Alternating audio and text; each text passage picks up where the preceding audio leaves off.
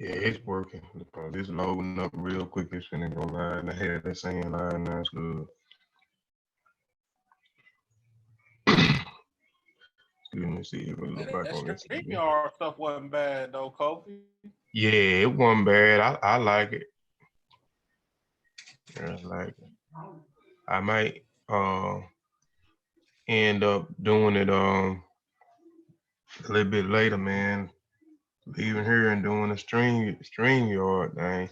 Check out the StreamYard, like Tyler said, it's free 99. Free 99. Shoot. Oh, it do cost? Yeah, Zoom costs StreamYard don't cost. I'm saying it's free 99. Oh, free 99. Okay.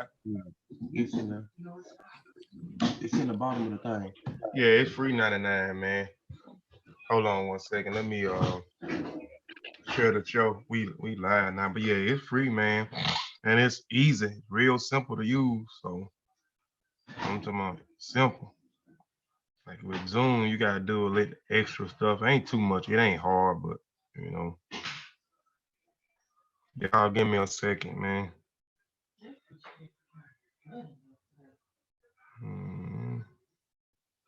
Just a sec.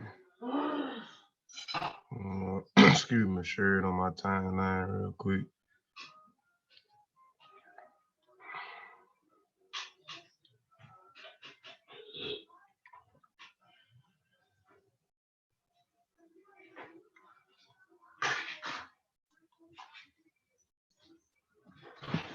Alright.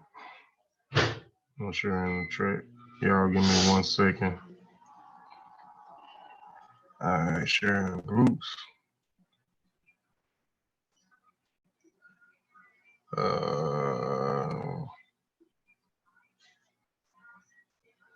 Well, it seems like every week I'm in a new different group. See stuff on here.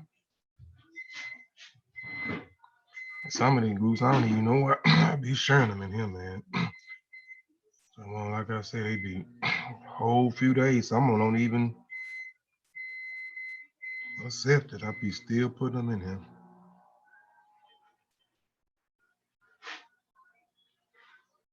Somebody called us some $5 Africans the other day.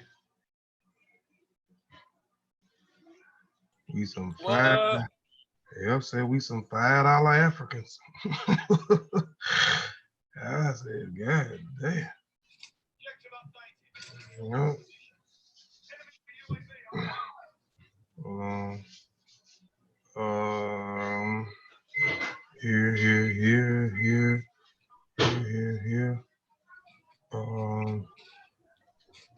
Yeah.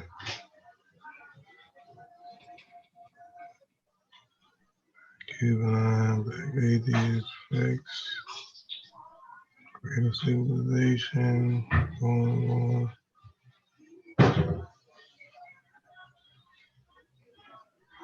yeah.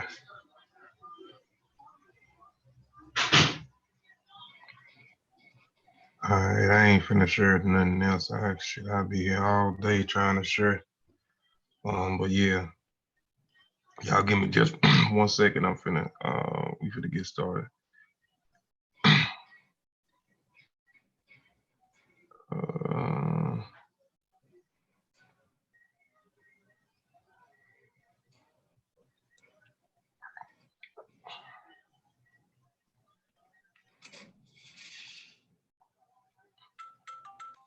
What the other one? I'm looking for okay, here. All right, man. Shoot, I'm done with that. All right.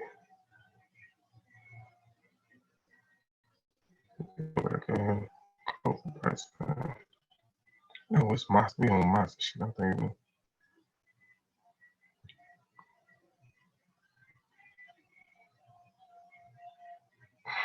All right. First I want to say, ETM Hotel, Dua Aku, Dua Necha, Fatmo Lafayette, Fatmo Iwa Riri, Majuba Iba E Gungun, Majuba Iba E Lakba. Hold on, let me let Voss in here. All right. Majuba Iba Ilakba, uh, Igungun Kiki, Igungun. I always want to give honor and praises to the ancestors because without the ancestors, we wouldn't be here. I always want to extend honor and praises to the true and living elders according to African tradition. I got brother Sutek, brother Satepanra, brother T'Challa, and brother Vasa Nicolo uh, on the panel. Before we get started, y'all brothers got anything, man? Peace, everybody on the panel. What's going on, brothers? I don't have my computer, so I can't see the chat today, but peace to the listening audience. So looking forward to this show.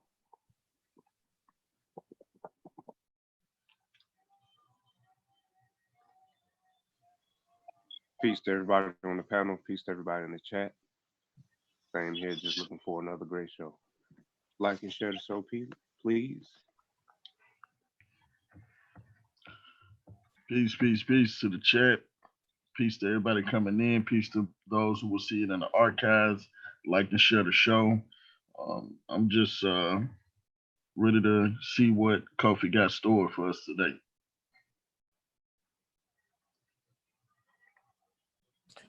Yeah, peace, everybody. It's the tab. Like Sutek said, just ready to see what our good brother Kofi got to offer us today. So I'm tuned in. Yeah. Yeah, peace again and everybody in the on chat. Peace to Hey, those that maybe go ahead, Foster. Kofi, I know this don't have nothing to do with the subject, but is that color Alabama red or is that OU red? I don't know, man. I don't know. I don't know. Shawn talked about my head bad the other day, man. So I I had to change it up, man. But I don't know. But yeah, peace to everybody that's in the chat. Peace to those that may be coming in the chat. Please like and share the show. Share, like I said, share the show with those that you think that may appreciate this information. And without further ado, let me share my screen. We'll get in it. I'm gonna try not to hold out. It's not gonna be a long presentation, drawn out presentation. I'm not gonna go real in depth, but hold on, let me see, make sure that my screen is sharing. Y'all let me know if my screen is sharing. Let me turn my camera off too, man. All right. Y'all let me know when my screen is sharing. But peace to Sister Juju, peace to Sister Lisa, peace to Sister CK, Kayla, Sykes. Peace, that's good. We got some we got some women in here. Peace to those that's watching. Now that's not in the chat. Again, peace to those that may be falling in a little bit later. Peace and love. Peace to those that may be watching this in the archives. But today's presentation is understanding polygamy in Africa. Like I said, I'm not gonna go deep into detail dealing with polygamy, but I'm gonna try to walk y'all through the minds or through the psychology of some of these ethnic groups in Africa. Hold on. Go to the next slide. All right, I always had to put a disclaimer out here before I get started. My disclaimer is I am not a teacher, but merely a student sharing information. That information provided is for the educational purpose only. And if you are in doubt, do the research and have it verified by someone qualified. I reserve the right to change the focus of this presentation to shut down, sell, or exchange the terms or use at my own discretion. All trademark, design rights, copyrights, registers, names, mottos, logos, avatars, or sigmas or marks are used or cited by this website or the property of the respective owners. I reserve the right to add information as it comes available and or adapt changes, improve information as it comes available in the future. Inputs wanted, changes, additions, deletions are encouraged. Again, I always have to put a disclaimer out there before I get started. Um, as I learned, we all learn. Those that has been following me for the past 4 years know um, I believe in this statement. This is a powerful statement. As I learned, we all learn. And I think, as we begin to learn things, I think we should share those information no matter what it is. Let's get this culture. It's another one of my saying I came up with last year. Let's get this culture. Another thing that we are trying to provide over here on Mossi Warrior Clan YouTube channel, as well as Kofi Piesie TV family and affiliate research team. We are trying to bring our culture back to our people. So we're gonna keep bringing you uh, the culture. Um, I have a new one. Have a new one. So, and I didn't, we 3 or 4 months into the new year, but we have a new one. This is a powerful saying to me. It's well important saying to me, and I think we should all look up to this saying. We must not let our ancestors down. I'm gonna say that again. We must not let our ancestors down. So that is what we are trying to do. Um, it's not let our ancestors down. We're trying to keep their names alive. We're trying to highlight their accomplishments, their achievements. We're trying to dispel some of the myths about the culture and the tradition. So me, myself, and hopefully all my brothers on the panel, um, you know, we live up to this, not letting our ancestors down. So we must not let our ancestors down. Okay. Now, before I get started, again, this is understanding polygamy in Africa. I'm not saying do it. I'm not saying don't do it. This small presentation was put together. A lot of the things I've been doing lately has been, and I like that it has been around conversations with people or things that I see going on. But most of them actually has been in my own household. The um um article that I put out was put together by a conversation or inspired by a conversation that me and my fiance had. This presentation was also inspired by a conversation that we had a few days ago, actually 2 or 3 days ago. Was it Friday? Thursday? One of those days we was talking about. I don't know how polygamy came up, and I was trying to break down polygyny and polygamy, but and trying to explain it. So I got to talk. I said, let me do a presentation on it because I know people have concerns about it when it comes to this, and people have misconceptions about it, and people don't agree with it. I don't have a problem with people agreeing to it or don't agree to it, but I find that over the past, people that I do speak with or people do that have a problem with it, they never tell you why they actually have a problem with it, or actually tell you why the people in a specific reason. We're dealing with Africa. We know there's other places, but it is heavily prevalent in Africa.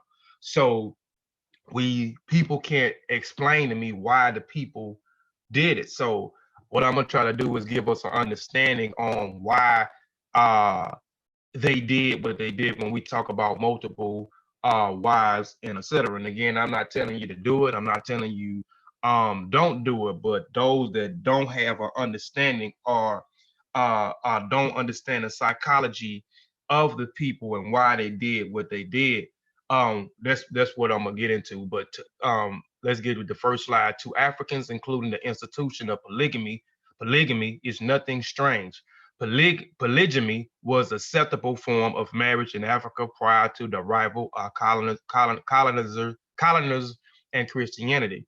We know pre-colonization, pre-Christianity, pre-Islam, we know that this practice had been heavy in African culture, traditions, and customs.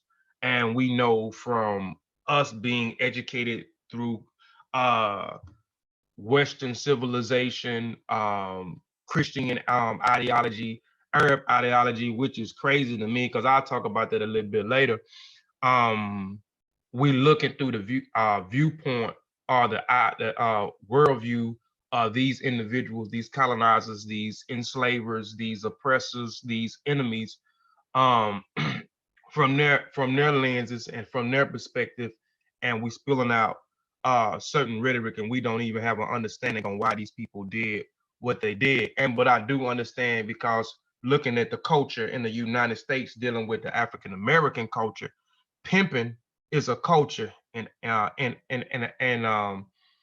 African American society, pimping. So I understand when we look at pimps and we know pimps exploited women, pimps had multiple women. So I know when we look at it and we see it from that standpoint, we may look at it polygamy in that same perspective as exploiting women, mistreating women, or whatever the case, men stroking their ego by having multiple women. So I see how they look at it from that, look at it from that standpoint, or even look at it from the standpoint of in the African American community where cheating is a big thing in our community, for as men having multiple women or women having multiple men due to cheating in a relationship, but going outside that relationship and cheating.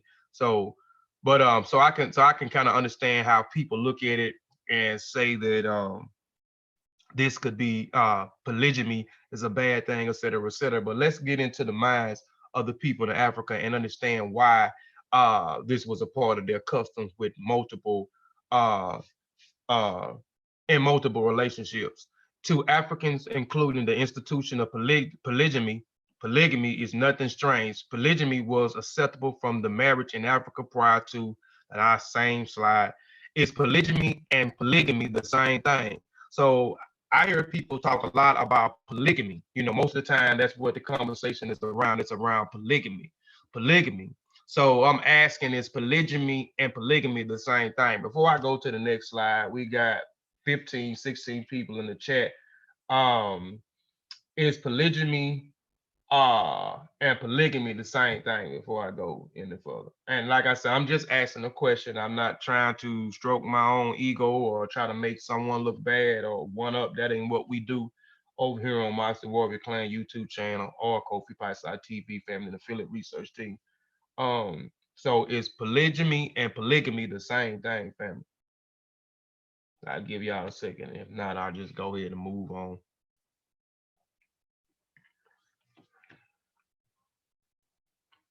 I know it's a delay, I think. I'm gonna just go on. I know it's a delay, but I'm just going to go. Because Go. can you hear me? Yeah, go ahead. Now, when you were saying polygyny, I thought you was really trying to say polygamy because you know how you be chopping up words. Because I'm country and I'm from Mississippi. I know it. I hear it all the time, man. Right. So when you were saying polygyny, I'm thinking you trying to say polygamy. So this is definitely, that's why I said I'm ready to see what you got going here, because I don't think I'm familiar with polygyny. Okay. So, and let me know, y'all, if somebody else pop on the panel. But yeah, is polygamy and polygamy the same thing? Sister Julanda, peace, sister too, peace and power. She said that no, and she is correct. Polygamy and polygamy is not the same thing. But when we have these conversations, you always hear polygamy, and people are attacking polygamy. And no, I couldn't be in a set of. So let's see what polygamy is, and let's see if in Africa they practice polygamy or they practice polygyny. Let's go to the next slide. All right. Okay, let's correct a common mistake in referring to polygamy as polygamy. Polygamy is the practice of having more than one wife or husband at one time, whereas polygymy is the practice of one man having more than one wife at one time. Polygamy is the form of marriage practice in Africa, not polygamy. So polygamy is the practice of having, well, a woman can have multiple husbands, or a man could have multiple wives. This is the practice of polygamy. Polygyny is the practice of a man having multiple wives, not polygamy, where in polygamy a woman can have multiple husbands, men men can have multiple wives, but polygyny, only the men can have multiple wives. The women cannot have multiple husbands. So polygyny is practiced in Africa, not polygamy, but polygyny is practiced in Africa. And we're gonna get into why polygyny was practiced in Africa and not polygamy was practiced in Africa. So now we know that polygamy and polygyny is two different things, and we're having a conversation uh, about the wrong thing when we associate polygamy with Africa. Polygamy is not practiced in Africa. Polygyny is practiced in Africa. All right. Having made this correction permits me to ask why most Westerns and their westernized African counterparts consider polygyny is a bad institution in marriage. And again, I'm not saying practice polygamy or polygyny. I'm not telling you don't practice polygamy or polygyny. I'm just trying to walk y'all through the minds of the people to give you a basic understanding between the two and why the people did what they did. Whether you accept it or you don't accept it, at least you will know. Because a lot of times we are against things and we can't even explain why we were against things because every majority of the people against it, or we look at it from a worldview from someone else, because most of us are westernized Africans. We are Europeans and black skins. That's just the point of the matter. It is because we have been educated through the Western society, school systems. We have been brought up in Western religion, whether it's Christianity, Judaism, or Islam. And we live in the United States, you know what I'm saying? And the social norms, when we talk about laws and different things, the laws are different over here. So we think that the laws apply everywhere across the world when there are different laws that apply. And there's reason why we come up with certain laws of the land, because of the certain places that we are and certain things that we have and we don't have. So we have to create things for counterbalance and etc. But why do they condemn it? I can only conclude that they do so out of ignorance, especially women. I believe it is done from a point of view of being exploited by women. And I explain that when I understand, especially when it comes from a woman's standpoint, when they say they don't believe in it, because in our culture alone, we have created a culture of pimping. You know what I'm saying? So pimping has become a part of our culture over here. And we know that one man having multiple women, and he is exploiting these women by selling their body um, for money. You know what I'm saying? So I understand that standpoint. So I understand when people say certain things or certain things that happen over here. I believe it is done, but you know, again, we have to get out of looking at things from one geographical location. We think everything is the same everywhere, but it's not the same everywhere. We think the experiences that we have, everybody has those experiences across the world. That's not correct. I believe it does. It's done from a point of view of being exploitive to women. Furthermore, most of those who do so do it without making any effort to find out how the practice came about, which we don't. We say we're against things, but we don't go and do the research just to see why people or why these groups did, made this a part of their practice that we don't agree with. They refuse to see how culture relative is applicable to polygamy. What role culture plays in each society. So what roles do culture plays in each society? All right, according to Professor Ali A. Mazrur, culture provides lens of perception, the way of looking at reality, a worldview. Culture provides standards of elevation, what is good and what is evil. And again, we're talking about culture. And I was just explaining when we was talking about, we always, the laws here may be different somewhere else. You know what I'm saying? Experiences that we have here, people may not have those types of experiences somewhere else across the world. So, and what we may deem to be good here may be bad in another country. What we may deem to be evil here, it may be good in other countries. So what is legitimate and what is illegitimate and rooted in criteria provided by culture? Culture conditions motivations. What motivates an individual to act and refrain from acting? What inspires individuals to perform well or to really exert themselves? It is partly inspired by cultural factors. Culture is a medium of communication. The communication aspect of culture ranges from language. It is the literal sense of physical gestures and modes of dress.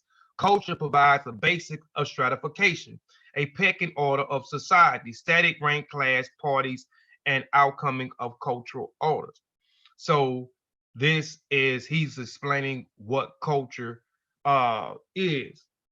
According to the explanation given to the last slide, we can then see that cardinal responsibilities placed upon cultures in creating institutions to address certain needs in a society. Again, I'll read that. According to the explanation given to the last slide, we can then see the cardinal responsibilities placed upon cultures in creating institutions to address certain needs of the society. However, due to ignorance, most individuals have a tendency to pass judgment on polygyny without thoroughly understanding it. From our understanding of culture, it is safe to say that one of the key responsibilities of culture is to establish a social institution which will maintain the orderly existence of society. Secondly, the institution serves to promote a system of values, and these values are a set of ideals, concepts, and practice in which strong sentiments are attached.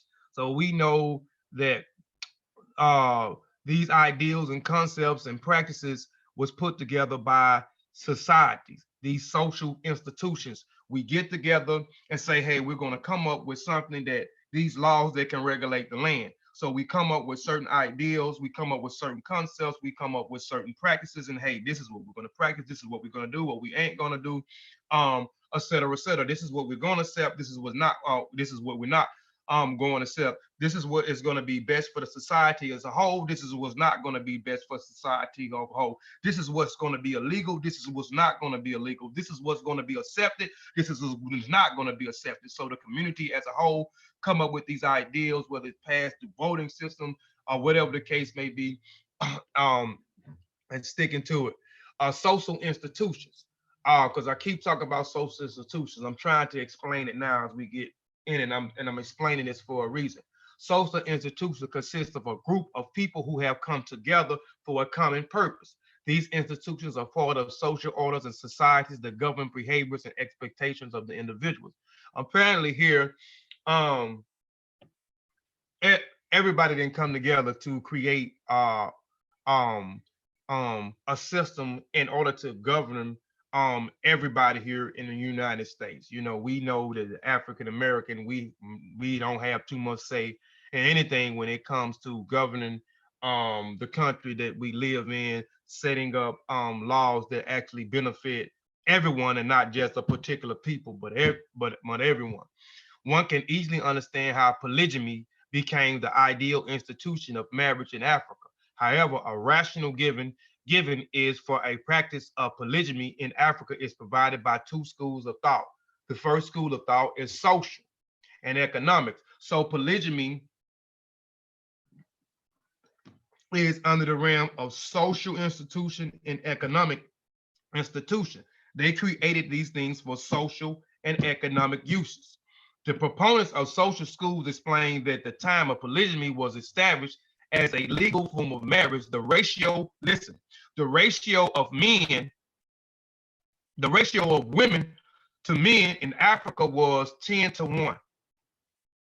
The proponent of social schools explains that at the time of polygamy. Now, we're talking about the social institution. Again, social institution consists of a group of people who came together for a common purpose. For a common purpose now. And this institution is part of the social order of society that governs the behavior and the expectations of the individual. Keep that in mind. The proponent of social schools explained that the time of polygamy was established, it was a legal form of marriage. The ratio of women to men in Africa was 10-1. So you have more women than men. So the ratio to women to men is 10-1. So keep that in mind too. Keep that in mind. So we're trying to understand why they came up with polygamy, the multiple, where men is able to marry multiple women in Africa. Now, it falls under the realm of social institution, again, which consists of a group of people who have come together for a common purpose. This institution is part of the social order of the society that governs the behavior and the expectations of individuals. So polygamy, could we say polygyny benefited the people in Africa, the countries that actually practice, put this into practice? Was it beneficial? Did these people come together as a whole and say, okay, we accept this, and this is why we accept this, because it's going to be beneficial in our societies and our communities if we accept? And all this is going to tie in, because it's going to tie into marriage, it's going to tie into procreation, it's going to tie into building, it's going to tie into wealth. All of this is going to tie in. All of this is going to tie in. As a result, those who were responsible for establishing social institutions, the elders, including the women. So it was not only the women being acceptable, it was the elders. The elders, including the women, decided to come up with a marriage system that was addressing this problem. So again, this is one aspect. The women outnumbered the men. The women outnumbered the men. And I know, you know, in Africa is a tribal place. We know that it's not an individualistic thing. It wasn't at a particular time. Now it is through us being encountered by foreigners. We have adopted their ideology, and we have been educated, you know what I'm saying, by those different foreigners. So we don't think the same anymore. But it wasn't at a particular time. It wasn't one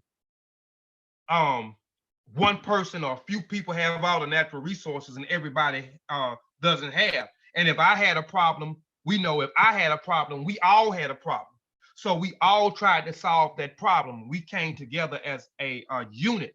They understood that we always say there's strength in numbers, and it is strength in numbers. And they understood there's strength in numbers. They can solve problems faster. They can do things and accomplish things faster by coming together.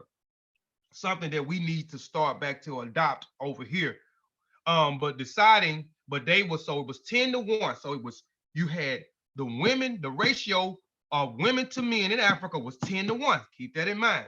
And then now this social institution came together. So polygamy came together. So they were saying that it could benefit the society, and it could benefit the society. So the elders, including the women, decided to come up with a marriage system. So it wasn't nothing forced on the women. It wasn't nothing forced on the women. It was also them had a say in it, and they were the one that came up with this marriage system, as long as the elders in the society, and they would address the problem. Their aims at the time was to provide a balance of equal distribution. I'm gonna say that again. Their aim at the time was to provide a balance of equal distribution to social, material, security, and economic benefits to both women and men. We know here that a particular group of people, we have high class, middle class, and lower class. And we know the high class is a certain percentage, and the high class are these people with wealth, which is the small percentage. They damn near own everything. So And we know the lower class, we got the middle class, then we have the lower class, and we know the lower class is not balanced. Their lack of resources, they are lacking of a lot of different things. So they are scrambling to survive. So they are doing things outside to survive, whether it's robbing your own brother, whether it's selling drugs in your own community to get money, where it's scamming people in the community so you can get ahead, and et cetera. But we know in Africa at a particular time, again, before we adopted their ideology, or we was encountered by the foreigners, or we was educated by these foreigners in their institutions, et cetera. Um, it wasn't, we tried to distribute the land as much as possible so everybody had something.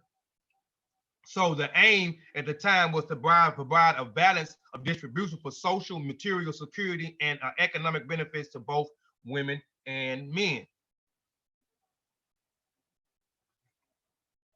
In Africa, everyone agreed with the marriage. The first wife agreed with the wife to be agreed, and the parents agreed. There was no forced marriages, as I already said. In Africa, children were valued as an asset. In Africa, children were valued as an asset. And again, polygamy, it ties into marriage, it ties into procreation, it ties into wealth, it ties in buildership, it ties into a lot. So it did benefit these people at a particular time. When we go back and look back at a particular time, we know it has decreased now, but it is still prevalent in Africa today. But let's go on further. The more children a man had, the richer he was considered. The women can value, the women was valuable because without her, the world there would be no future. There would be no children. I talk about this in The Marriage is the Most Important Right in African Tradition. I talk about this in my procreating presentation that I did. I can't remember the name of it at this particular time. So I talk about how the women was highly revered, how the woman was highly valued, and we understand that those that study African culture, we know that a lot of the cultures revered their women. And again, they knew that children was an asset. And again, they understand that there's strength in numbers. Again, they understand that it was strength in numbers. They understand that teens win. So the more children a man had, the richer he will become. Again, I said the status is social and economic, right? When we're talking about polygyny. So they came together. So polygamy at a time benefited a whole community. And we got to keep in mind, the ratio of women to men was 10-1. There was more women than men. So they wanted to try to balance that again through the social, economics, et cetera, land, whatever it was. They want to keep it an even playing field for everyone. All right, within the context of African religion, pregnancy is always a special, much hope for, and therefore cherished events, although marriage is certain one of the criteria moments in the human life cycle, along with birth, puberty, and death. The main, if not only, purpose of marriage is procreation. And again, the most highest value and importance in the African tradition is procreating. And again, they understood children is an asset, is a valuable asset to everyone, the extended families. So they understood that. So again, there's strength in numbers. I'm keep reiterating these things. There's strength in numbers. And then when you talk about marriage, you have to talk about procreation. You cannot talk without one without the other. One without the other. I explained that my marriage rights presentation, as well as birth is the most highest and important thing in African tradition. I don't know exactly what the name of it was, but that presentation that I did, where a lot of people took what I said out of context because of the title of the presentation. I mean, the title of the show was "Can You Be Gay and Be African or Be a Homosexual?" I don't know something name, but it's got a whole bunch of confusion. But people with that title took like a lot of my words out of context, didn't look at the presentation, and that wasn't what I was saying. But anyway, polygamy is tied into marriage, it is tied into procreation, and it's tied into economics.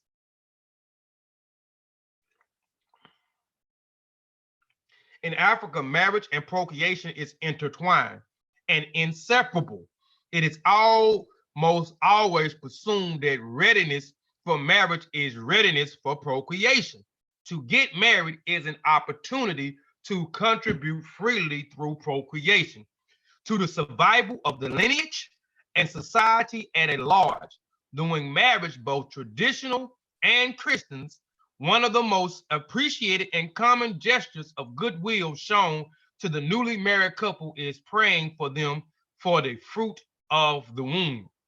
So, marriage, then procreation, then children. The children is to keep your lineage going. We know that children is to keep the lineage going, but it is also children is also a part of, you could say, the economic system as well, a hand in you know providing a better life for you as well as your children. We'll get into that, and it's also tied into polygamy, is also tied into agriculture, which is tied into economics. The proponent of economic school reasoned that the polygyny was established to address the prevailing economic issue of the period. The proponent of the economic school, because we're talking about these two schools of thought, which I'm talking about social institution or the social school of thought and the economic school of thought. The reason that polygyny was established to address the prevailing economic issue of the period of this period. That they explained during the pre-colonial era in Africa, the economic activities were centered around substantial agriculture. This type of farming required lots of manpower. In order to establish a mode of production that was going to be beneficial to the entire society, the polygynous form was preferred. Since this form of marriage emphasized collective responsibility, communal ownerships of farming, wealth, and the economic benefits of the extended family. So going back real quick and then we'll move on. We're talking about the ratio of women to men was 10 to 1. So there's a factor there. You had more women and more than men. And there, as they are a communal society, a tribal society. So everyone, if I had a problem, the whole society had a problem. So now they're trying to distribute or keep a counterbalance because there are more women than men. So now they're trying to distribute everything out equally. Then also tied to that is the economics and the responsibilities and providing. So we're talking about agriculture, we're talking about farming, which is also tied into it. And we know that 6 hands is better than 2 hands. We know 20 hands is better than 8 hands. We can get a lot done. We can provide faster and quicker. We can plant things quicker. And this could benefit the society or the community as a whole if we had more. Again, the children was an asset. And in most African traditions, I'm saying most, I'm not saying all, I'm saying most, marriage was a rites of passage, and with marriage comes procreation. You cannot talk about procreating without talking about marriage. You cannot talk about marriage without talking about procreation. Children was an asset in society, not only leaving a lineage behind, but also to benefit those in the society or the community that you live in. So, where I'm at, they explained that during the pre-colonial era in Africa, the economic activities were centered around subsistence agriculture. The types of farming required lots of manpower. In order to establish a mode of production, this was going to be beneficial to the entire society. The polygynous was preferred. Since this form of marriage emphasized collective responsibility, communal ownerships of farms, wealth, and economic benefits to it, benefits of the extended family. Now, the major concepts of both social and economic, because we talking about social and economics. So we talked about how the elders and the women got together. This wasn't forced. It wasn't forced on the women. The women had a say in it. The elders and the women came together to establish this practice of marriage because it was a ratio. The women was 10-1, and they also wanted to distribute the resources equally amongst everyone else. So also keep that in mind. Also, children was an asset. And in most African culture, you had to be married to have a child. And the marriage was not really recognized until you produced children.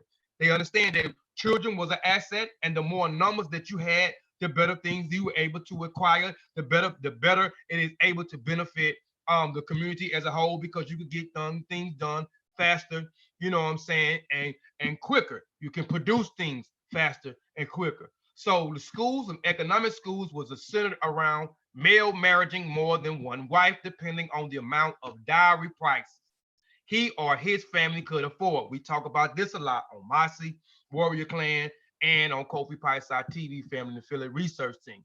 He or his family could afford. And so everyone could not have multiple wives. Everyone could not have multiple wives, because when you study African traditions, or you go and look at my marriage presentation in Africa, I talk about the marriage dowry. I go in depth about the marriage dowries, what they had to pay to the bride's family, and we'll talk about that a little bit in here. But he or his family could afford. In traditional African societies, where this arrangement was prevalent, amen. A man who had 4 wives was obligated to provide forms for each of his wives.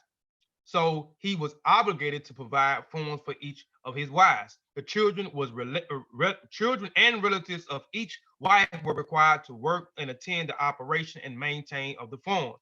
The husband, on the other hand, was responsible in providing periodic assistance as well as supervising to each form. The resources derived from these forms were pooled together to provide material and economic benefits for the entire extended family. With these types of arrangement, all members of the extended families were better cared for.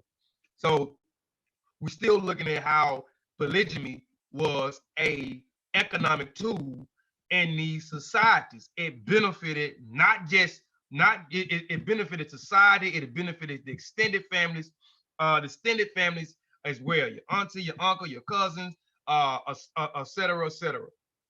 Across African continent, we're talking about the marriage dowry, because again, everyone couldn't afford to have 4 wives or more than 4 wives. But I think now with the civil laws now, I think you can have up to 4 wives, no more than 4 wives. But I was reading before I get into this, I was reading it's a brother in Nigeria. He's famous. This guy had 100. I don't know how he did it, but this man had 100 wives. And I was trying to find some more on him, because I was trying to see how far his story went back. This individual who had 100 wives, I wanted to see exactly how many kids this guy actually actually had.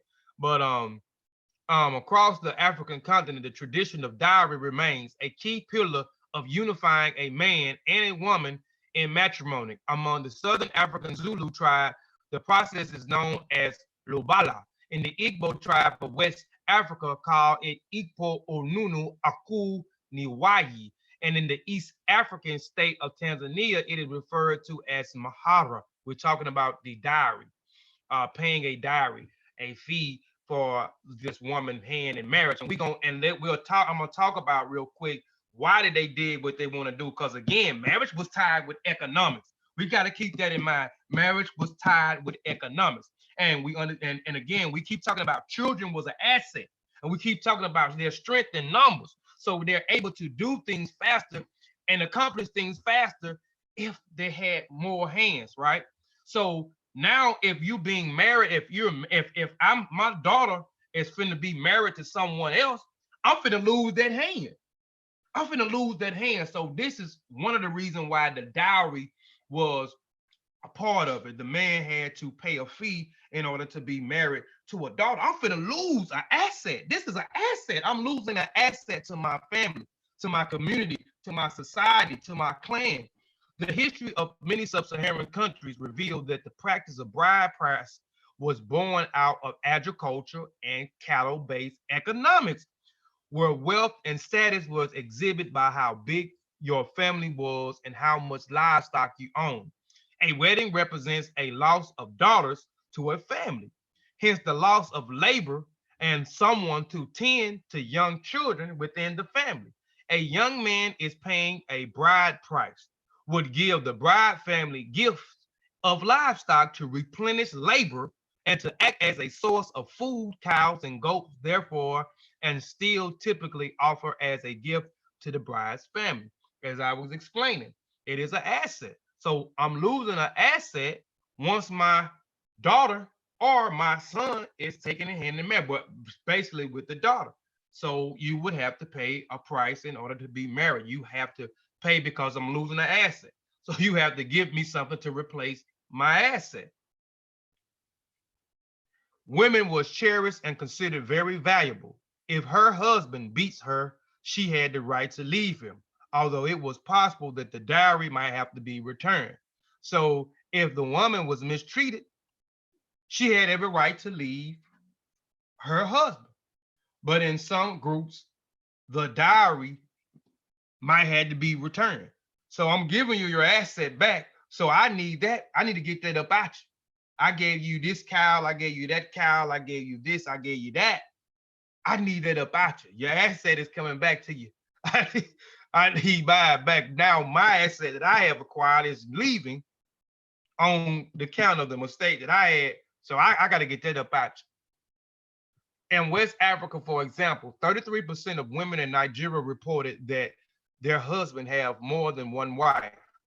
Demographic of Health Survey in 2013, this very old practice is essentially recognized under customary laws and or religious practice. In most West African countries, polygamy is also recognized, should have been polygamy, recognized as regulated as civil law that allows a man to marry up to 4 women under certain conditions, including a financial capacity to support multiple wives and families. In practice, the polygamous unions is most cases limited to women per couple. 6 West African countries have civil codes that formally prohibits polygamy, which is supposed to be polygamy. Benin, Cabo Verde, Cote d'Ivoire, Ghana, Guyana, Nigeria, but legal restrictions are rarely enforced.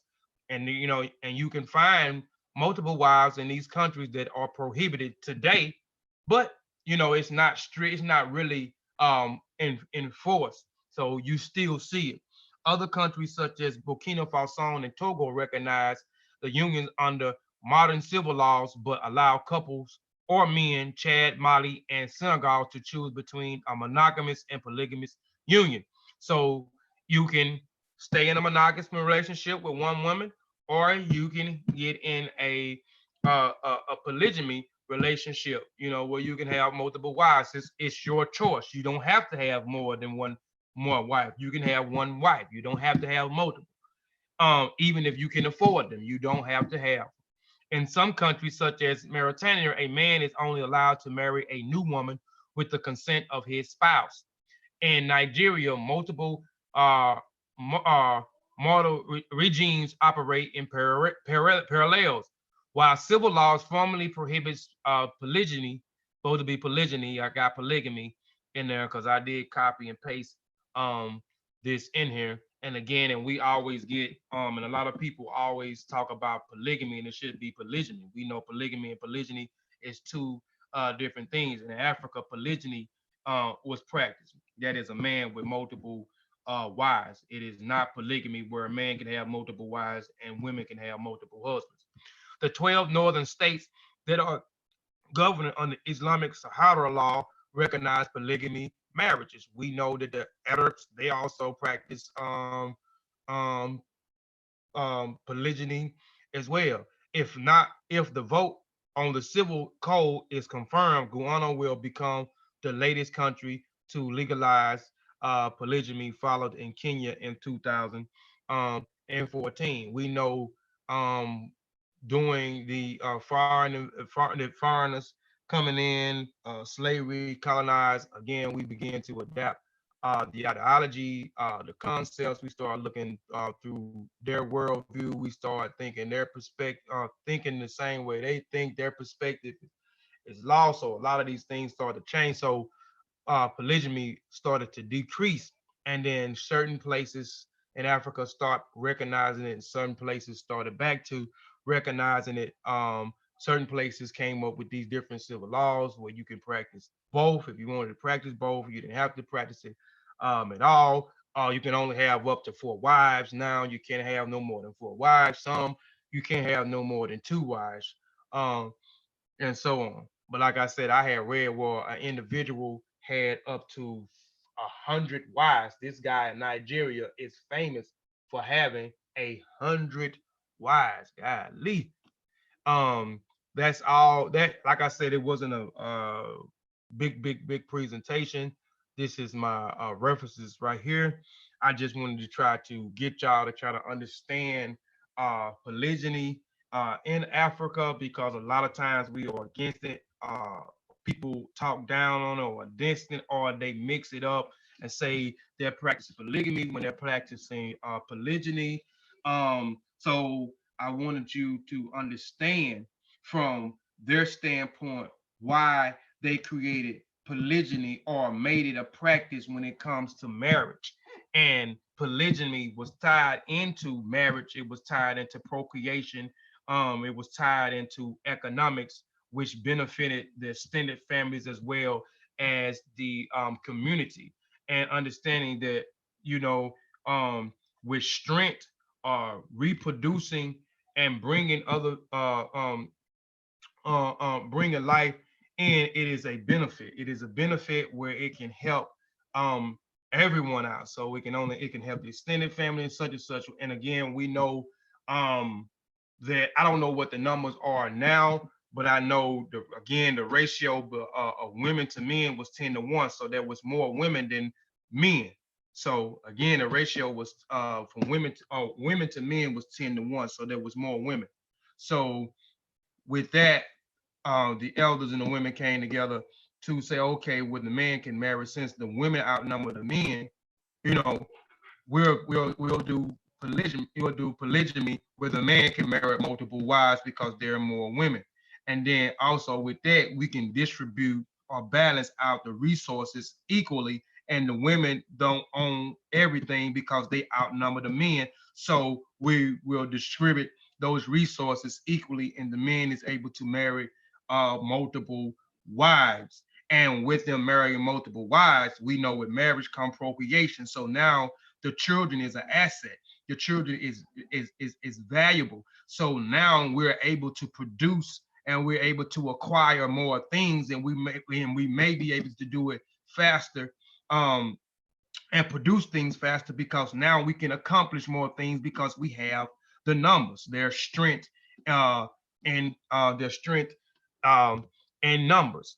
So now with that, we're able to sell our goods, we're able to survive, and we're able to eat good. We're able to acquire more cattle because having different types of livestock was also considered to be rich. So we're able to acquire all these different types of livestock on our farms. We're able to produce these things. You know what I'm saying? We're able to sell these things. We're able to do et cetera and et cetera.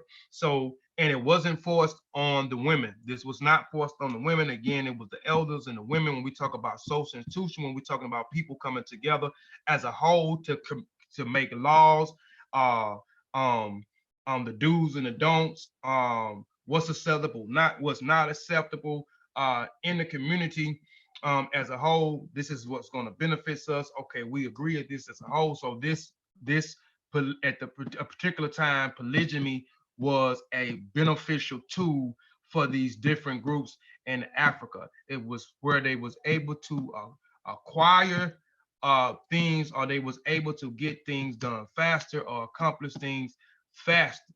And also they made it a fair playing field where everywhere the resources were distributed equally. Because again, The ratio was 10-1 when we talk about women. So the women could have owned more things, but they wanted to make it equally.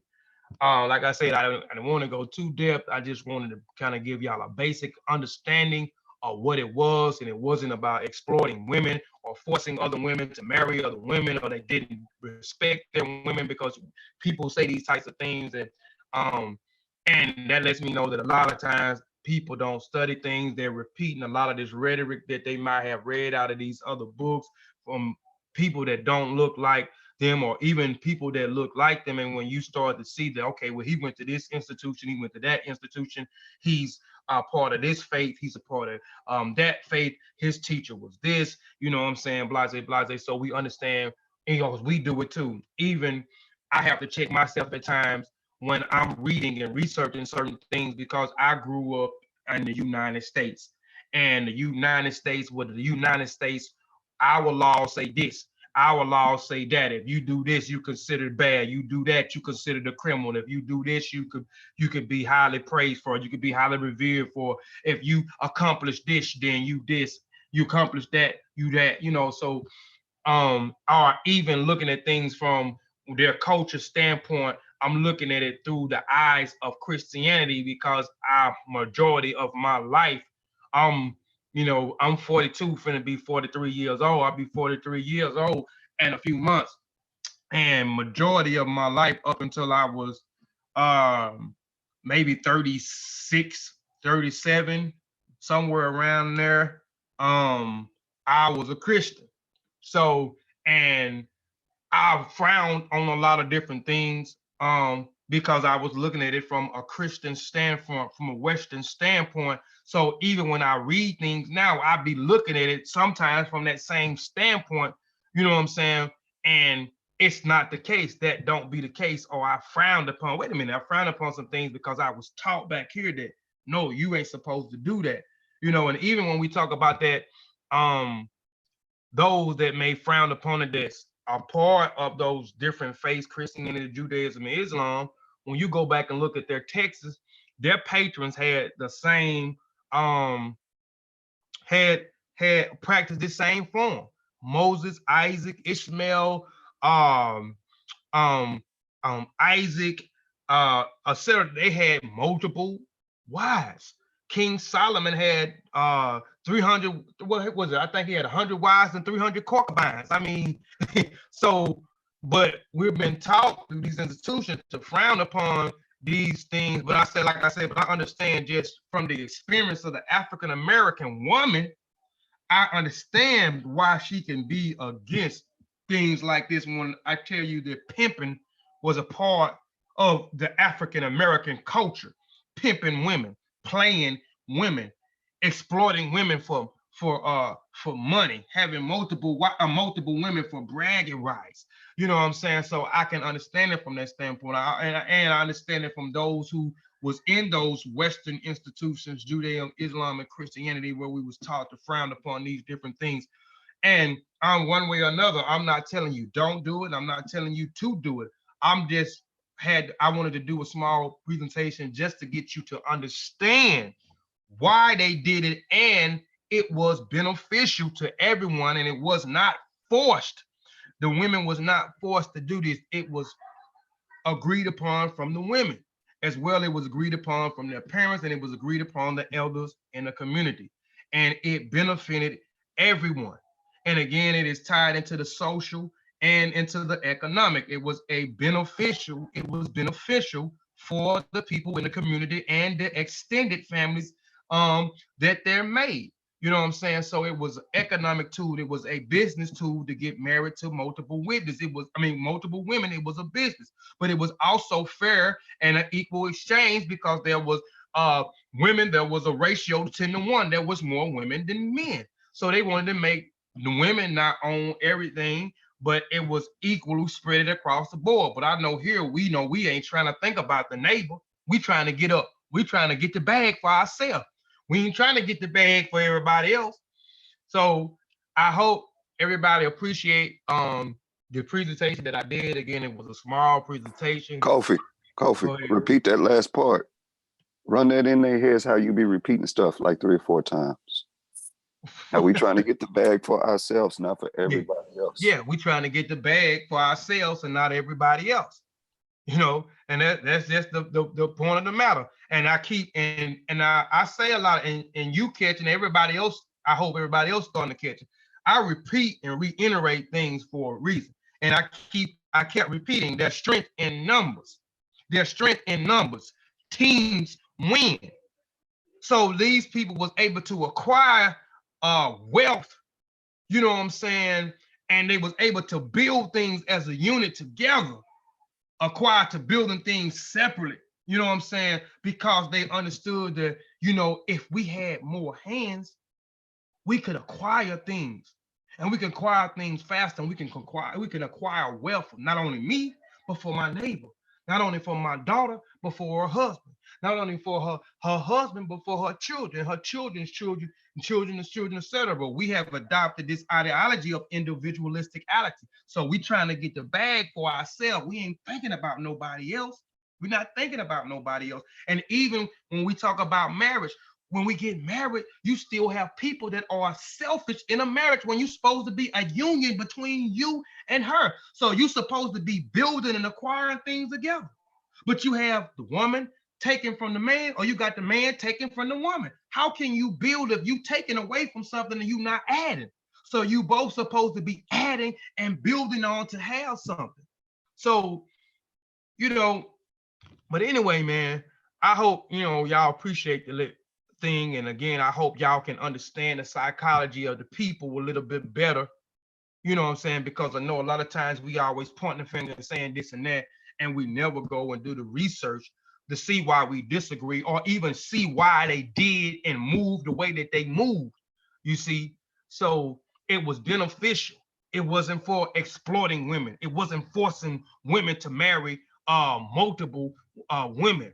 You know what I'm saying? And it was helpful for an extended family and everybody in the community. It was business. It was a part of the economics. It was a part of them building something together. It was a part of them acquiring something. It was them able to accomplish their goals and whatever they had to do faster. And not one person benefited, everybody benefited from it. So, like I said again,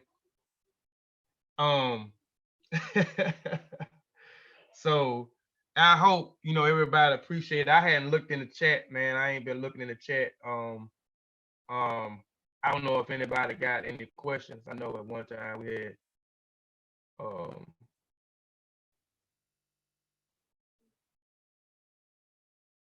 okay, multiple sources for what statement, CK?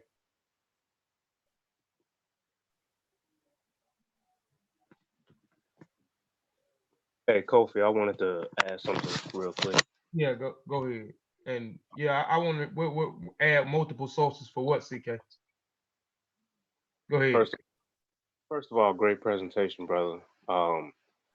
It takes a lot to be able to really go into your own traditions, especially those of us who, we trying to break free from all of our blackology residue in terms of romanticizing Africa and making everything all, well, such and such was black.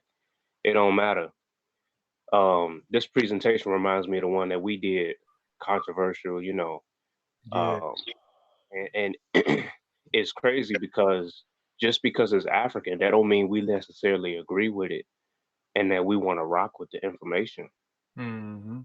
We're here to present the information because that don't even sound right. Like everything that you might love basketball, but you don't like every basketball team. You might not like every player on your favorite team, and it just comes to a point of we don't have to be so dichotomy minded, this or that, or if it's African, I'm gonna keep it. If it's not, like we got to understand that these people are building systems to work within the ecology to survive, as you stated. Mm-hmm. So they're gonna develop practices that we may or may not agree with. And different cultures experience different things when they practice, their particular systems. So being in a relationship where you might have one or more partners, having more than one partner, that's a different construct being in America in the time that we in. Mm-hmm. and even going back, staying here in America, like going back a few, 50 to 100 years in terms of trying to introduce this to the people. People ain't trying to hear that then either, but we have to understand that this is, if we want to talk about what's African and what's not, and we get in these heated debates about, what these particular people did and what they didn't do, well, this is what they doing. Take it or leave it. And real quick, just the fact of the women calling the shots. That's the main thing that really stuck out to me above everything is how I talk about Africa being in general matriarchal for the most part. In terms of the women having a lot to say when it comes to how the village is set up, from the houses, where the big mama house is, where this is, parts and labeling of the house, different parts of the body, everything. Who sits on the throne? As you can see, who's coming up with the idea of having a man marrying multiple women in Africa, not coming from a man. Like all of these things really stick out to me when I deal with my own traditions as far as being an African man. The fact that the Black women have been calling shots for the longest, and I just kind of want to reiterate that for the people. Yeah. What up, Shawn? I'm here for blood. Nothing else. I'm here for blood. I'm ready to sacrifice something for someone. Whichever one come first, something or someone. That's how I'm playing it now. Yeah. I'm about to scholastically sacrifice someone. That's what I'm about to do. Make sure it's a worthy sacrifice, though, Shawn. You right. See, now you made me take it back. You said make sure it's worthy. It ain't worthy. Right. Mm-hmm. If you look at history, sacrifices they had to be worthy. Yeah, you're right. Dang, you got me. You dagging me when I came in the door. No, I'm sharpening your dagger. Don't throw it yet.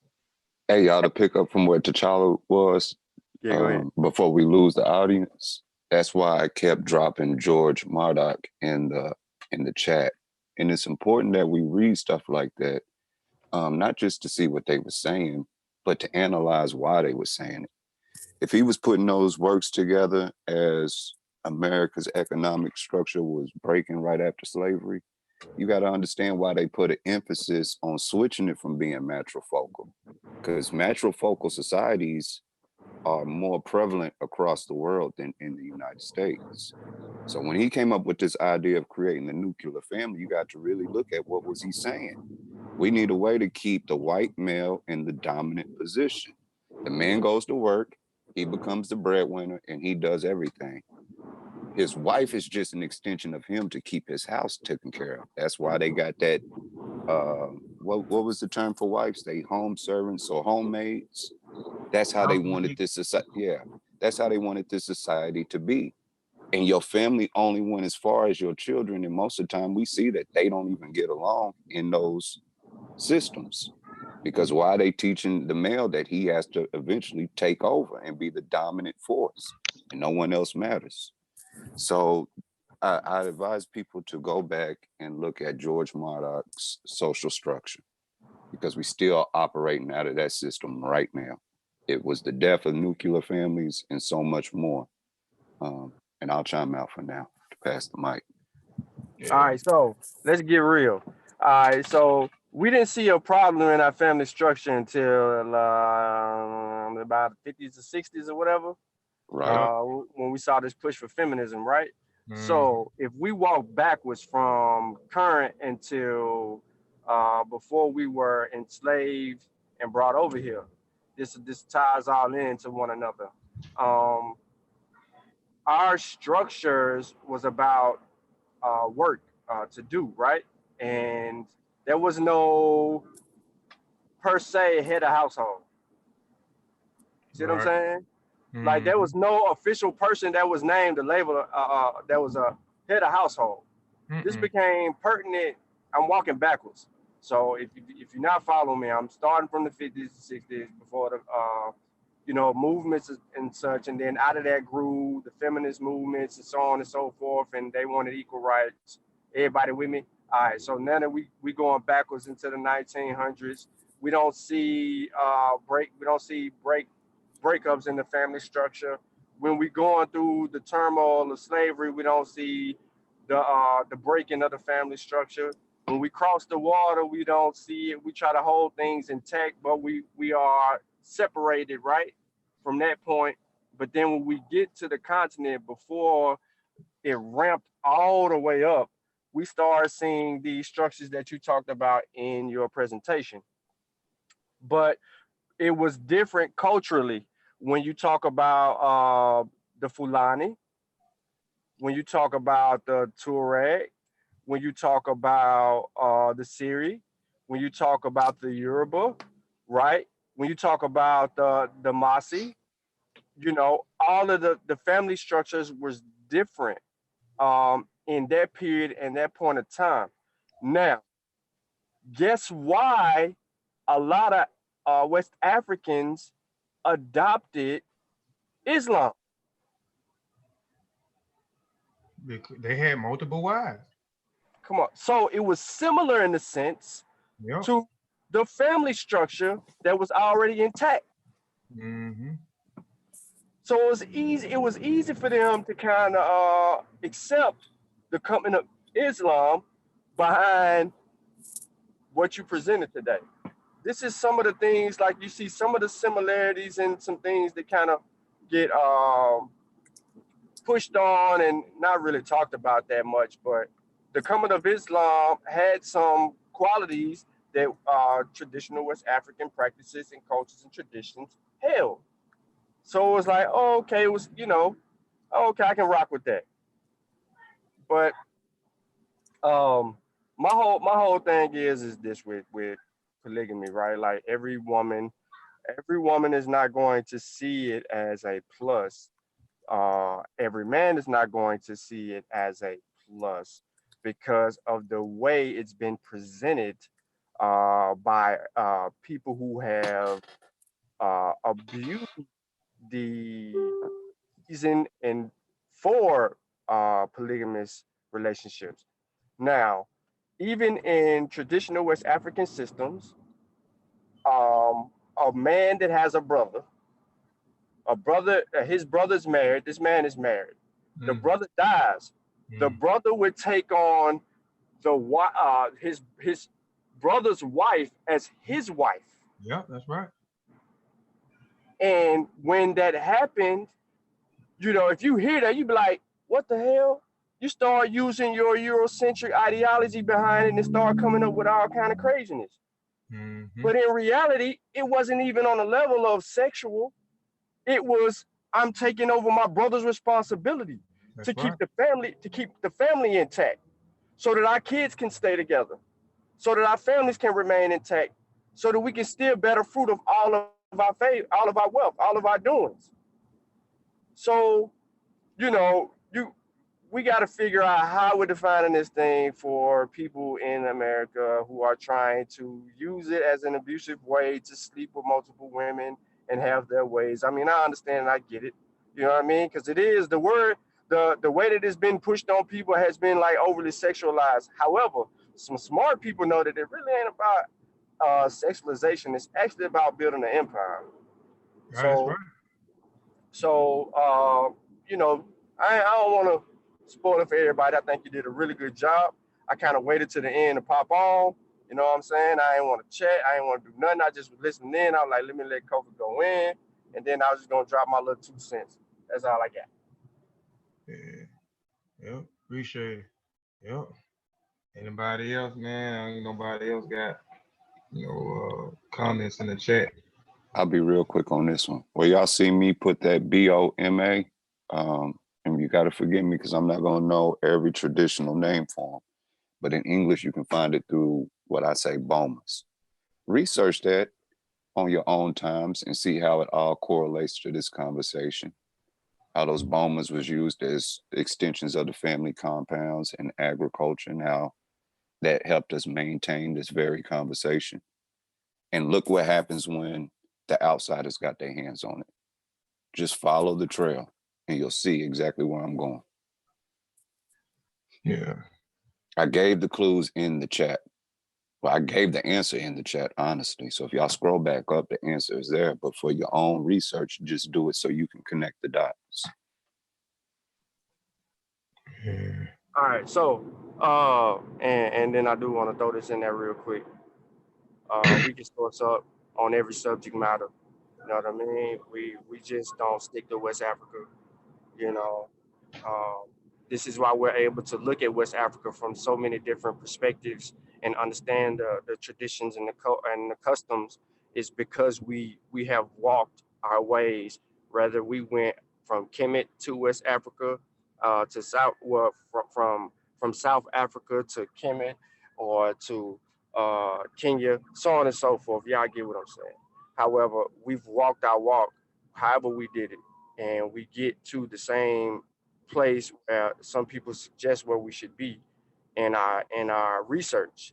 So we've been doing this for years. We're gonna continue to keep doing this. We ain't popping up on the scene with anything. You know what I'm saying? If you need sources, we got them. However, we want you to respect the fact that you must read. Don't ask for it. You must read. And y'all enjoy y'all day. Oh yeah, tune in Kofi Piesie TV later on today. I think he coming back. Yeah, we gonna come back. T'Challa gonna come back and present today. Y'all that might have missed T'Challa video, the show with Saw this week. I think it was on Monday or Tuesday, one of them days. Go check out that interview. I saw him Hotel interview that brother T'Challa. What's the name of the presentation, T'Challa? You gonna come back and do today? Remaining centered, Yeah. scholarship, and through seeking information. Yeah. So y'all tune in for that this evening at 5:30. We gonna come back, man. We ain't gonna stop, man. We gonna keep going. We're gonna keep bringing y'all this information, even though at times it do get a little frustrating because people still ask the same questions. You know what I'm saying? Still spilling, rhetoric, same type of misinformation, misleading terms. I mean, we really do get frustrated, man. Like Shawn said, we ain't just popped up on the scene. We've been doing this for a few years now, man. And we've been consistent with the information. It's ain't nothing we making up. We thoroughly researching. We do have an understanding of what Tepexit is. That's correct method. We do have we do understand what methodology is, so we try to follow that format of what methodology is. We do put up our sources. We do tell you to vent our sources. We have no problem with critiquing at all. I know some individuals do. We don't. I know, especially with me, I don't have a problem as long as it's respectful. Now, I got an issue. You come at me crazy, you know what I'm saying? But I have no problem. We have no problem with it. We don't confess to know everything. We don't confess to say that we are flawed. We don't confess to say that we are the authority over the things. But we do have a lot of experience, and we have put in a lot of time. We have put in a lot of sweat. We have put in a lot of blood. We have put in a lot of our own money to bring y'all these information, these hour, 2 hour shows. And like I said, I know we could, I love it, but I mean, to some people I know it's, we sound boring. People pop on. I say they pop on all the time, pop on and they look, and we ain't talking about nobody, and we ain't doing a whole bunch of cussing off the rip, man. They get off, man. They pop in, they pop. Oh no, they talking about, they presenting information, and man, it ain't, they ain't hooping and hollering and cussing and fussing, etc. So we may be deemed to be boring, but we gonna keep doing what we doing. We not gonna change up to get, you know what I'm saying, 100, 200 people watching the shows. We just gonna stay consistent, do what we do. There's people out there do appreciate the information that we put out. We just got to do better with looking after people make the comments, I do it. I'm guilty of it. Um, I look sometimes when people make comments on the videos, and I try to respond back. And then there's been times where I don't even look at the comments. You know what I'm saying? But I'm trying to go back to looking at the comments, responding to the people that I need to respond to, and ignoring the fools. You come on there and be a fool. Like somebody just called us $5 Africans on one of the shows we did with the one I think I did about I don't know whatever show it was I did, but they call us $5 Africans. But I'm not gonna respond back. I'm not gonna respond back to nothing negative. But it don't matter, positive or negative. You can put what you want to put on there when you comment back on there. Give us some feedback, whether good or bad. If you got some pointers, we don't mind taking the pointers.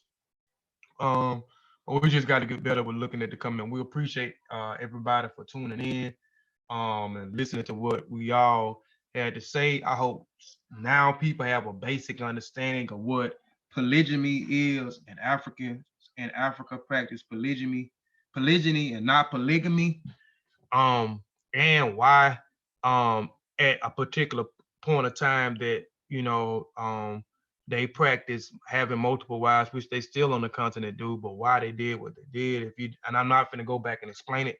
If you missed the show, go back and look at it from the beginning. I explain it.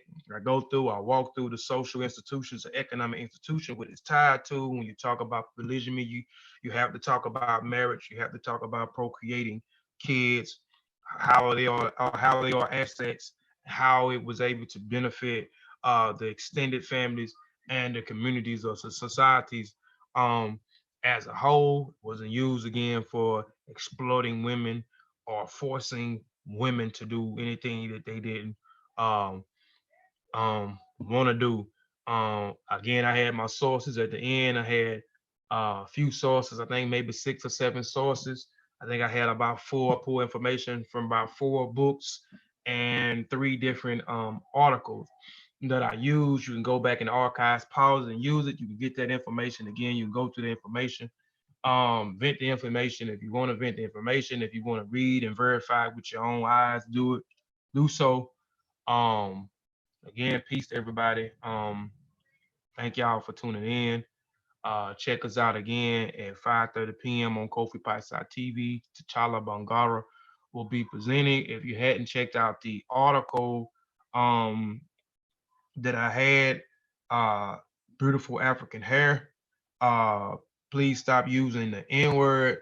Go to Kofi Piesie, www.kofipiesie, writtencompositions.wordpress.com to get that article. I think the women are definitely appreciated because that's who I was putting the article together, which was inspired by my fiance conversations that we be having. Mostly is a lot of what my presentations have been about. And articles. So please check that article out. I may be sometime here tonight or tomorrow, Tuesday, one of them, because I've been off for a few days, took vacation because I was supposed to been getting married Friday, but due to this coronavirus stuff that's going on, we had to postpone it. The trip had to postpone it. So Stop playing with the people, Kofi. You know you waiting on them red suede shoes that matched your hair. no, man. So hey, Kofi, we got a question, and it's do all the women have to procreate, or can they have the option on who and who won't? Asking for myself, Sister Kyla. Well, to be honest, and a lot of Shawn like answer this question. One of them videos we had too,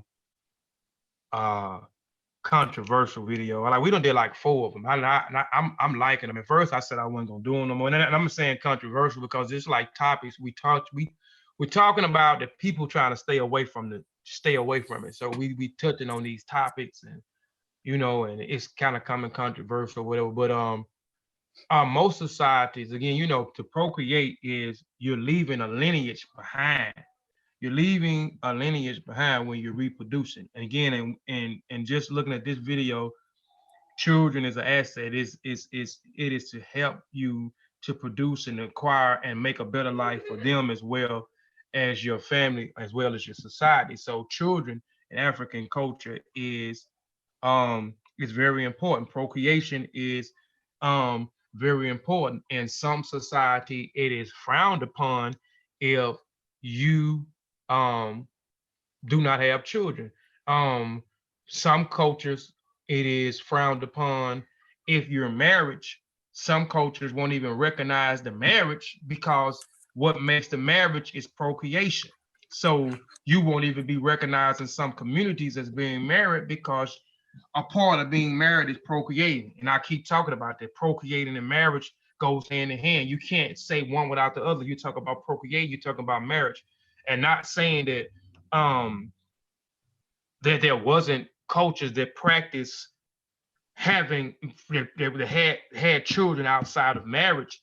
We talked about that too when and I don't agree with what they did, and I'm not going to explain what they did again. But we can talk about this on numerous shows. I don't agree with it, but we gonna present the information again. To Tyler said it, Shawn mentioned it. Whether it's good or bad, we presenting on it, not always saying that we agree on what we're saying. I mean, agree upon what um um they may have done or some of the choices that they have taken, but a lot of it is frowned upon. Having sex without wedlocks, there was consequences behind that, and I'm not gonna get in detail on that. But if you wanna go in detail, go to the one I did procreation on, the one I did marriage on, the one I did a whole thing on African rites of passages. I explain and talk about that on all three of those videos. So having children was, in most cultures was it was important to have children, and you was frowned upon, or you wasn't even accepted in certain groups because you did not have children. You did not leave a lineage behind. So it just all depends on what ethnic group, because again, you have over 30,000 ethnic groups in Africa, in East, West, South, uh, North, and Central Africa. And even though it is in Africa, they all traditions are similar and the same, but they are different. So it just all depends on what group. And some, yes, you have to procreate, and some you don't have to procreate. But procreation or having children was very important. And in some cultures, it was not. You wasn't accepted. It wasn't acceptable not to have children. You weren't even recognized. And some marriages was not recognized in the community if you didn't have children. So I hope I answered the question. And I think there's another aspect to it that we may overlook, just overthinking this. I can understand a lot of women being frightful of birthing children. So I'm pretty sure amongst cultures that's appreciated and thought, because not every birth goes as planned. We lose the child, we may lose the mother. So I'm pretty sure that they have a system in place throughout each tradition and culture to address that question. Yeah, I mean, really, they might do, you know what I'm saying? And I think as technology and our wisdom on, how do I put this? Let's just say successful childbirths may persuade the populace of each culture or tradition to pursue producing more children. So you may see the conversation right there to kind of answer that question. Or Kyla, that may be something that you can write towards or bring enlightenment towards. Yeah. That aspect of it. Because we have that same fear. We may not have the fear of it coming through our bodies, but we have that same fear as fathers, that we want everything to go right. We don't want you in pain. We want the baby to come out safe. So I'm pretty sure these thoughts run through all of us just as humans. Yeah. So I mean, yeah, but they may, like I say, I really don't know, because like mostly from what I studied, especially when we dealing with marriage, I mean that was a part of you getting married was to procreate. And and most of it, like most of the societies, that's what it was. It was important for you to procreate. And they may have had a system set up for those that might then want to procreate, because everybody didn't get married. So I don't so I don't know. Maybe it was an option where, hey, if you don't want to have kids, then don't get married. I like I'm saying, I don't know. But like I said, with the, most of the ethnic groups that I studied, I talked about a lot of them on that marriage presentation. Marriage uh, was important because it came with procreating. It came with bringing forth life. And again, they knew that children was not only a blessing, but they was also an asset, and it was also beneficial to them as well as themselves. So um, you Maybe know, one day, maybe one day I'll do a quick breakdown on that rites of first night in the European philosophy and why that really took place. So y'all can see a different comparison. And a quick rundown of that is that right to the first nights, the landlord or nobility would sleep with the serfs or peasants' wives. Why? Because if he has a child, it landlocks him to the land. So you see a history of them creating humans solely for economic purposes. And that ties in to us later on. So, and with that coming into being, we got to look at our women here having the fear of not wanting to give birth to slaves and not wanting to give birth to children who don't have the same opportunities as everyone else. So a lot of us are going to have skewed visions on recreation in life. So I don't think there's going to be just one way to answer these questions. yeah. Oh. But anyway, man, appreciate y'all, man, for tuning in. Like I said, I hope y'all appreciate the information that was presented. I hope y'all have a better understanding. Again, I'm not saying do it. I'm not saying don't do it. Um, but appreciate y'all, man. Appreciate y'all. We'll see y'all again at 5:30 p.m. on Kofi Piesie TV. And we out, man. Black African Power, man. Peace.